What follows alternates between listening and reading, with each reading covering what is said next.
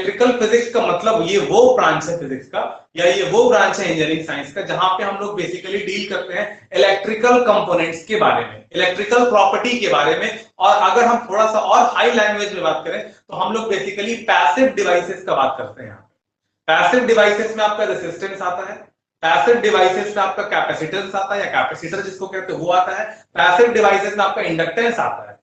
ये जो सारा कंपोनेंट्स है उसको पैसिव डिवाइस कहते हैं, ठीक है ना। इसका बेसिकली पैसिव डिवाइस इसलिए कहते हैं क्योंकि ये डिवाइस जो है, ये डिवाइस बेसिकली एक ऐसा डिवाइस है जो खुद से कुछ नहीं कर सकता है। मतलब अगर हम बात करें फॉर एग्जांपल, ये जो डिवाइस है ये हम लोग अगर चाहें तो कि ऐसा करते हैं कि ये अपने हिसाब से कंट्रोल करे, ऐसा नहीं हो सकता। इसको हम लोग एक जगह पे फिट कर देते हैं और अपने नीड के हिसाब से पहले से बना बनाया डिवाइस वहां पे लग जाता है, और अकॉर्डिंग टू इट्स नेचर वो क्या करता है, करंट को अपोज करता है, ठीक है ना। अब बात अगर हम करेंगे इलेक्ट्रिकल के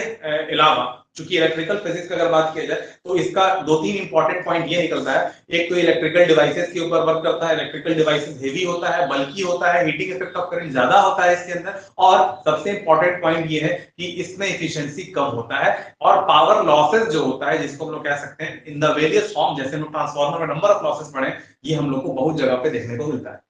तो ये सारे चीज को अगर देखें हम लोग तो इलेक्ट्रिकल डिवाइस जो है उसका एक अपना इंपॉर्टेंट रोल है। फॉर एग्जांपल इलेक्ट्रिक फैन का इस्तेमाल करते हैं हम लोग, इलेक्ट्रिक वॉशिंग मशीन का इस्तेमाल करते हैं हम लोग, इलेक्ट्रिक मिक्सर ग्राइंडर का इस्तेमाल करते हैं, है ना, या फिर हम लोग कह सकते हैं इलेक्ट्रिक रेफ्रिजरेटर का इस्तेमाल करते हैं। ये सब आपका इलेक्ट्रिक ट्रांसफार्मर, इलेक्ट्रिक जनरेटर, ये सब इलेक्ट्रिकल मशीन्स है। इनफैक्ट इलेक्ट्रिक मोटर भी, ये सब इलेक्ट्रिकल मशीन है जिसमें नंबर ऑफ पार्ट्स असेंबल्ड है, और ये सब मिलके आपस में इस तरीके से कनेक्टेड है कि एक का वर्किंग दूसरे पे डिपेंडेंट है, ठीक है ना। और फाइनली एक नेटवर्क बना के रखा हुआ है, ठीक है, जिसमें कि एक सर्टेन फेनोमेना होगा जिसको हम लोग फैराडे लॉ ऑफ ईएमआई कहेंगे,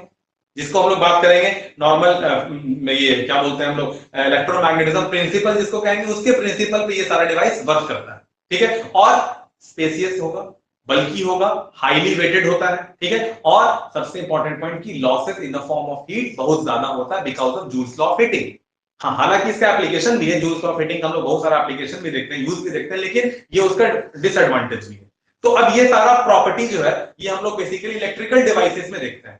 लेकिन इलेक्ट्रिकल डिवाइसेस का ये सारा जो लास्ट का 3-4 पॉइंट बताइए, इसका डिमेरिट है, डिसएडवांटेज, ठीक है। तो इसके डिमेरिट और डिसएडवांटेज को देखते हुए लोग काफी पहले से रिसर्च कर रहे थे कि आखिर ऐसा कोई और डिवाइस या ऐसा हमको मटेरियल मिल जाता जिस मटेरियल का हम इस्तेमाल करते हैं और ये सारा चीज कंपनसेट हो जाता, जो चारों इंपॉर्टेंट चीज हम लास्ट में बताएं जो डिमेरिट है वो चारों डिमेरिट हट जाता। तो ये और ये जो इलेक्ट्रिकल कंपोनेंट्स है मेरा या फिर जो इलेक्ट्रिकल डिवाइस है ये और अच्छा एफिशिएंटली वर्क करता है ना।